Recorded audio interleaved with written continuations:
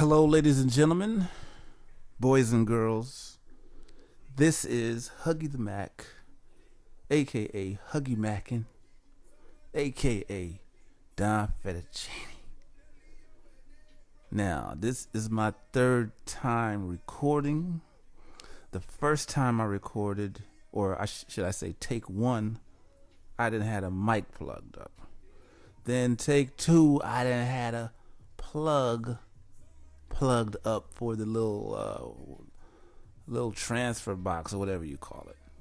So anyway, I think we're live and direct now because I see the green meter going up and down. So let's go through this again.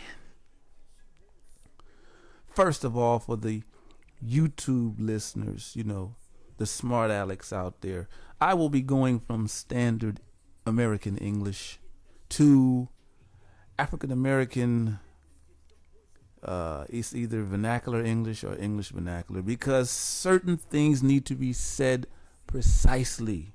You know what I mean? So sometimes one is better, sometimes the other is better. So just be prepared for that. Just listen to what I'm saying and feel me. Don't worry about little insignificant stuff. You know what I'm talking about? What we're going to talk about today is, does the federal government of the United States care about the community, or do they care about certain individuals? I guess a better question would be, considering, inner city communities, are they more concerned with these communities, or are they more concerned with apprehending or stopping certain individuals? Like, do they put one ahead of the other? Okay. What made me think about this was watching here on YouTube one of the videos under the Gangland heading, and they were in Chicago. And so this particular video was like 40 something minutes.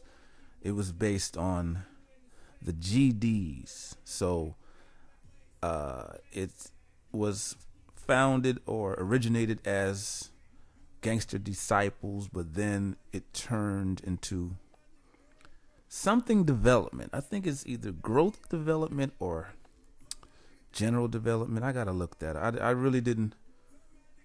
This is just the first run for me, so I didn't, But here's the case. It revolves around, Chicago has a long history of gang activity. And in the 90s, on October 13th, 1992, a young boy in the first grade named Dontrell Davis was walking with his mom, Annette Freeman,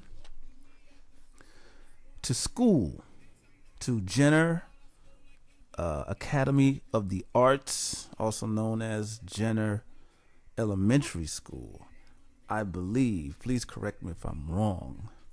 I tried to get facts off the internet, so I got 4 or 5 different sources, but none really had the whole full story, so I kind of putting it together myself. So anyway, he was shot in the head, right? And he died. It was either later that day or the next day in the hospital. So what happened is that the police decided to come into the community and basically lay the law down. So they started to be very hard and, roughing up the community. I'm sure some of the bad guys and some of the innocents or neutral people. But one thing they did that was major was knock down one of the buildings. I think they knocked down one of the buildings. Now, this is all happening in Chicago, in Cabrini Green, right? Which there is no more Cabrini Green anymore. But in the 90s, okay, so what the gangs decided to do, because the pressure was on and they wasn't making the money that they wanted to make. So with the assistance of certain police officers who were on better speaking terms with the gang members and others, kind of assisted and facilitated this peace treaty.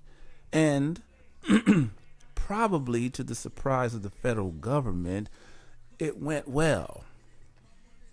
There was peace. So here's the part, the sort of controversial part, okay? This particular gang had a leader named Larry Hoover, and Larry Hoover was in state prison doing time for a murder. But he was able to still control the gang and keep some order. So what happened during the time of peace, the federal government decided to go for to try to cut the head off the snake, and they went after Hoover. Even though he's already locked up, they went after him and like 30 something other high ranking members of the GDs. And so what happened is that, the chairman of the board, King Larry Hoover, was convicted. And right now he's in a federal penitentiary, cut off from the gang in Colorado, doing 6 life sentences. So you can pretty much say he's doing life.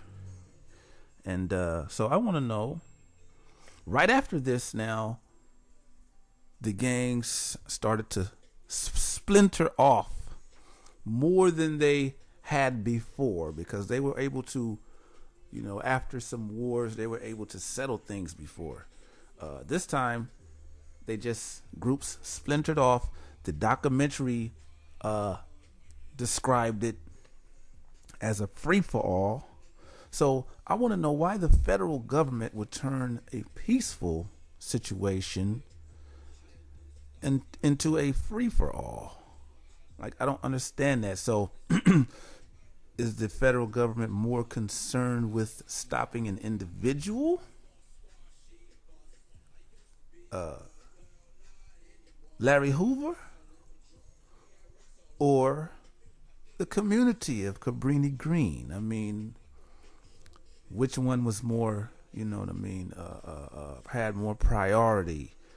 So the question I want you YouTubers to answer is, was it a good move for the feds to come in during this peacetime and cut the heads off the snake? I understand that,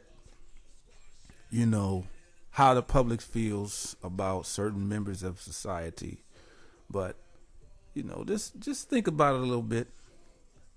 And so let me lay it out again, because I'm running out of time.